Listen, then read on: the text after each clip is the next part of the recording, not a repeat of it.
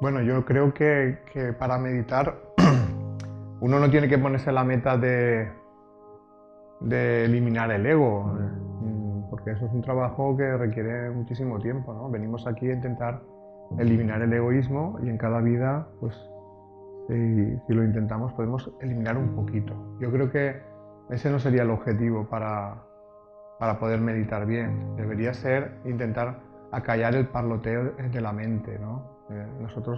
Todos nosotros en la vida pues tenemos preocupaciones y esas preocupaciones a veces hace pues, que estemos continuamente pensando en ellas y no nos relajemos. Yo creo que para poder meditar sí que es necesario acallar ese parloteo y una buena manera pues, es buscar pues, un momento de tranquilidad, estar solos, en una posición cómoda, que puede ser tumbado o sentado,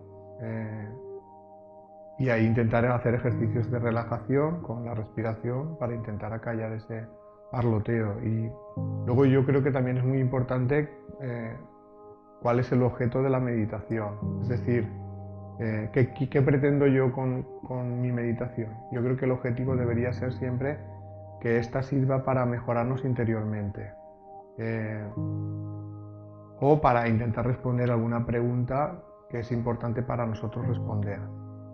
Preguntas también respecto a nuestra evolución. Entonces, yo creo que eso debe estar presente antes de que uno empiece a relajarse, pedir algún tipo de ayuda también para relajarse y pedir al plano espiritual que nos ayude a responder ese interrogante. Y luego pues esperar que viene en el rato de la meditación o después, en cualquier momento del día, nos venga como algún tipo de inspiración o algún sueño que podamos tener que nos pueda servir para contestar a esa pregunta. Yo creo que es un poco la filosofía que habría que seguir, ¿no? Siempre utilizar la meditación como un instrumento de mejora personal.